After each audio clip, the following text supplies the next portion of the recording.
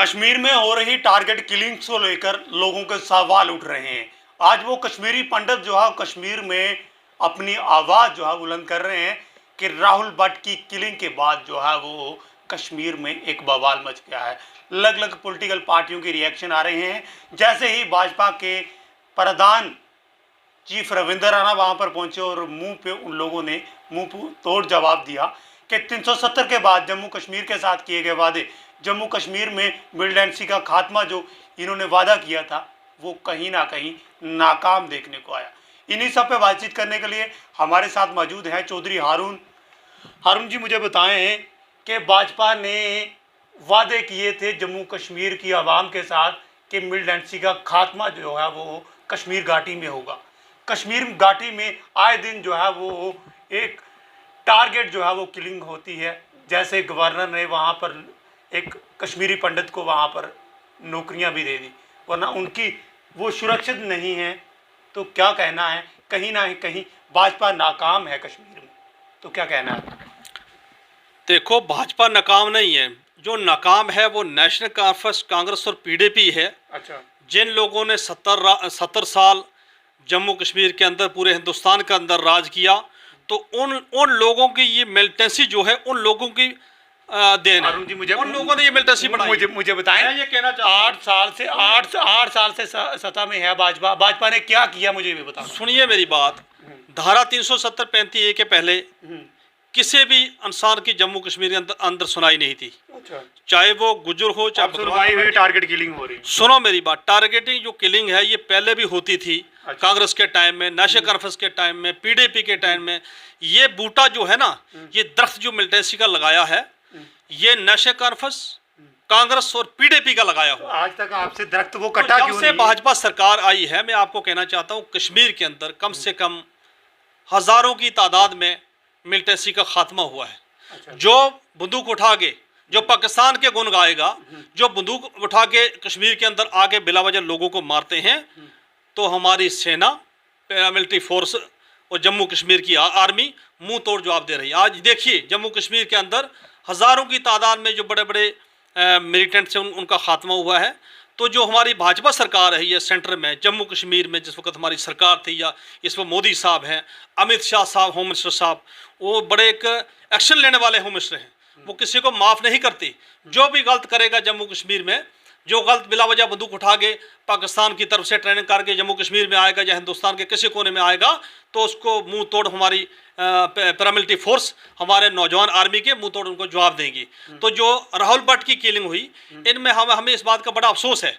वो एक अपनी सर्विस न मारा था, एक पक्का हिंदुस्तानी था, उसको जाके वो अंदर जो उसको मारा गया एक अपनी सर्विस के टाइम में, हमें इस बात का बड़ा अफसोस है। और हमने भी उस दिन पाकिस्तान के ख़िलाफ़ जो है वो प्रोटेस्ट किया, और हमारे जम्मू कश्मीर के लोगों ने, हमारे वहाँ रविंदर राणा साहब वहाँ गए थे, तो उन्होंने हौसला अफजाई की थी। तो मैं ये कहना चाहता हूँ कि आने वाले वक्त में जो भी कोई हिंदुस्तान की तरफ कोई आंख उठाएगा या पाकिस्तान के कोई गुण गाएगा या जम्मू कश्मीर में आगे बिला वजह बंदूक उठा के बिला वजह किसी गरीब की जान लेगा, तो उसको बर्दाश्त नहीं किया जाएगा। आपको पता है कश्मीर में कश्मीरी पंडित सेफ नहीं है, फिर भी क्यों भाजपा जो है 2019 के बाद जो किए गए वादे लोगों के साथ वो ज़मीनी सतह पे नाकाम। आपके चीफ रविंदर राणा वहाँ पर जाते हैं, वो मुंह पर जो है वो उनकी इंसल्ट करते हैं कि भाजपा ने ही हमारे साथ धोखा किया है। इसमें कितनी सच्चाई है? देखो, वो वीडियो आपने देखे सोशल मीडिया पे वीडियो। मेरे भाई देखिए, जब 1990 में वहां से कश्मीरी अपने पंडित दो भाग के आगे, सरकार किसकी थी? सुनिए मेरी बात, नेशनल कॉन्फ्रेंस और कांग्रेस की सरकार थी। अच्छा। जब जब वहां से पंडित दो भाग के आए तो कितने हमारे लोगों ने उनका साथ दिया। अच्छा। कितने लोग सामने मैदान में आए, कितने लोगों ने प्रोटेस्ट किया कि ये गलत हो रहा है, यहाँ से पंडित क्यों भागे। तो इसके मतलब मैं ये कहना चाहता हूँ, ठीक है रविंदर राणा साहब वहाँ गए, गवर्नर साहब ने भी वहाँ अच्छा सहयोग किया, और हमारे काफ़ी यहाँ से मंत्री के अशोक कौल साहब गए थे, अपने रविंदर राणा साहब गए थे, पूरी हमारी बीजेपी की टीम गई थी, उनकी हौसला अफजाई की, और हम इंशाअल्लाह पंडितों के साथ हैं। मैं अपनी बात करूंगा कि जम्मू कश्मीर के हम जितने भी गुजर बकरवाल हैं, जितने भी हमारे लोग हैं, क्योंकि हम नेशनलिस्ट हैं, हम पक्के हिंदुस्तानी हैं, हमने कभी पाकिस्तान की बोली नहीं बोली।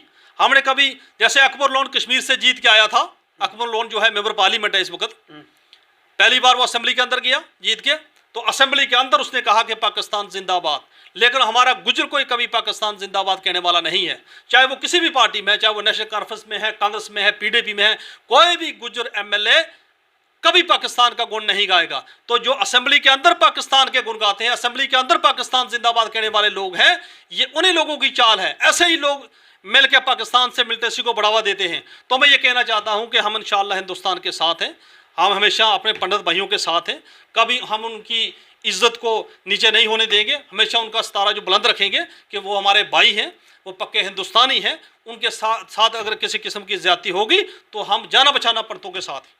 अच्छा, मुझे बताएं कि भाजपा वादे तो करती है, 8 साल से भाजपा जो है वो सत्ता में है, 8 साल में क्या कुछ प्रैक्टिकली कश्मीर के लोगों के लिए के बताया, जहां पर मासूम लोगों की जानें जा रही हैं सत्ता में? तो यहाँ पे पॉलिटिकल खेल जो है वो उनके साथ खेला जा रहा है, सियासी खेल जो है वो खेला जा रहा है, उनकी जान की किसी को परवाह नहीं है।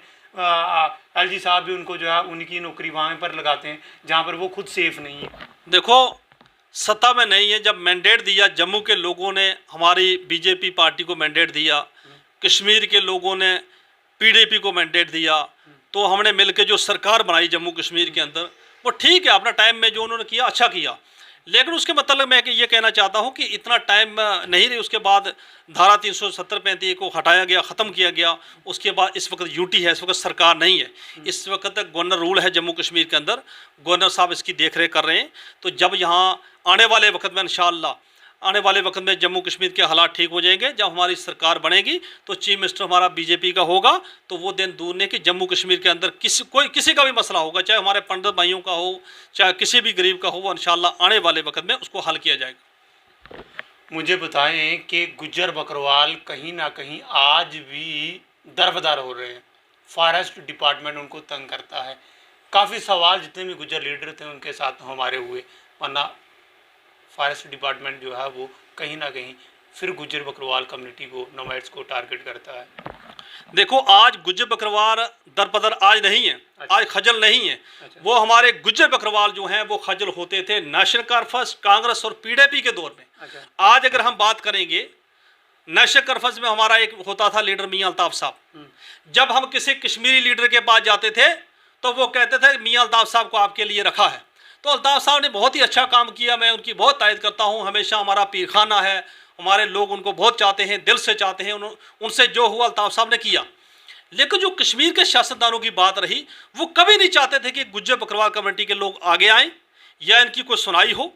जैसे हमारी आज सरकार ने, आज अगर जम्मू कश्मीर की बात करें, डीडीसी, हम पंच सरपंच की बात करें या वीडीसी की बात करें या हम पॉलिटिकल रिजर्वेशन की बात करें, हमें इस बात की खुशी है कि जम्मू कश्मीर के अंदर 38 सीटें जो हैं वो डीडीसी मेंबर के लिए भाजपा ने रिजर्व की, सेंट्रल गवर्नमेंट ने रिजर्व की, वो बीजेपी की देन है।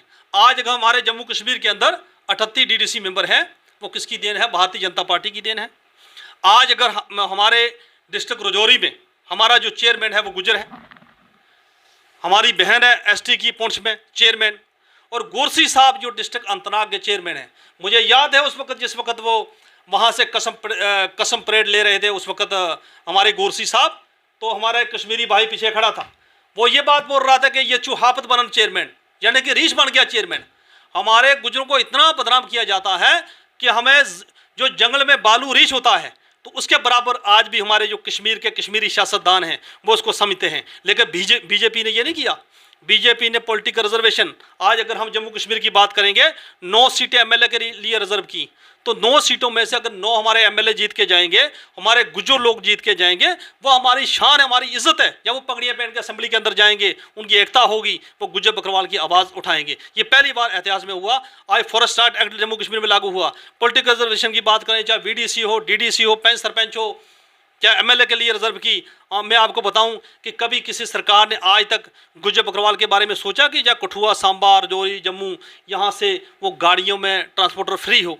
तो शायद इकबाल साहब को मैं मुबारकबाद देना चाहता हूँ कि जिनकी मेहनत से, बहुत मेहनती आदमी हैं, उन्होंने मेहनत करके गवर्नर साहब तक ये बात पहुँचाई। हमारे बीजेपी पार्टी के लोगों ने, हमारे रविंदर रैना साहब ने, मैं उनको मुबारकबाद देना चाहता हूँ रविंदर रैना साहब को। किसी भी पार्टी का कोई सियासतदान हो, चाहे मीर साहब रहा हो, चाहे कश्मीर का कोई सियासतदान रहा, कोई भी रहा, प्रेसिडेंट, किसी ने भी आज तक गुज्जर बकरवाल की आवाज़ नहीं उठाई। तो मैं मुबारकबाद देना चाहता हूं रविंदर रैना साहब को। जब से वो प्रेसिडेंट बने हैं तो उन्होंने हमेशा, आप यूट्यूब देखिए, किसी भी सोशल मीडिया में हमेशा उन्होंने गुज्जर बकरवाल की आवाज़ उठाई। आज उनकी मेहरबानी से जितने भी ये पॉलिटिकल, ये हमारी सीटें रिजर्व हुई, या फॉरेस्ट राइट एक्ट लागू हुआ, या जम्मू कश्मीर के अंदर जो भी काम हुए, ये सब रविंदर रैना साहब की मेहरबानी है, हमारे अशोक कोल साहब की मेहरबानी है, डॉक्टर जितेंद्र सिंह की मेहरबानी है, और दिल्ली में हमारे होम मिनिस्टर साहब, प्राइम मिनिस्टर मोदी साहब, ये उनकी मेहरबानी है। आज हमारे लोग तो खुश हैं, बहुत बड़ी बड़ी बातें करते हैं। हमारी नेशनल, गुज्जर बकरवाल खुश नहीं, गुज्जर बकरवाल खुश हैं। वो लोग नाराज हैं जो नेशनल कॉन्फ्रेंस, कांग्रेस और पीडीपी के पिट्ठू हैं, जो उनके गुण गाते हैं, जो उनके साथ बैठते हैं, कश्मीर के सियासतदानों के साथ बड़ी बड़ी बातें करते हैं। मैं कहना चाहता हूं कि उन लोगों को भी थोड़ी शर्म होनी चाहिए कि आज देखिए जम्मू कश्मीर की जो हमारी आवाज़ है वो भारतीय जनता पार्टी है, बीजेपी में हम लोगों की सुनाई है। ये तमाम बातें आप लोगों के सामने थी। राहुल भट्ट की जो कहानी, जो कश्मीर में एक बड़ा मसला जो है वो कश्मीर के अंदर बना हुआ है। राहुल भट्ट की शहादत के बाद जो है वो लगातार अलग अलग ज़िलों में जो है वो धरना प्रदर्शन हो रहा है कि राहुल भट्ट की किलिंग एक टारगेट किलिंग थी। कहीं ना कहीं वो गवर्नमेंट के खिलाफ नारेबाजी लगा रहे हैं, और उन लोगों का कहना है कि वहाँ के जो डिप्टी कमिश्नर है उनको जो है इस्तीफ़ा देना चाहिए। ये बड़ा अपडेट हमारे साथ थे चौधरी हारून। तमाम बातें आप लोगों के सामने थी। जनता जो है वो अपनी राय कमेंट बॉक्स में ज़रूर रख सकती है।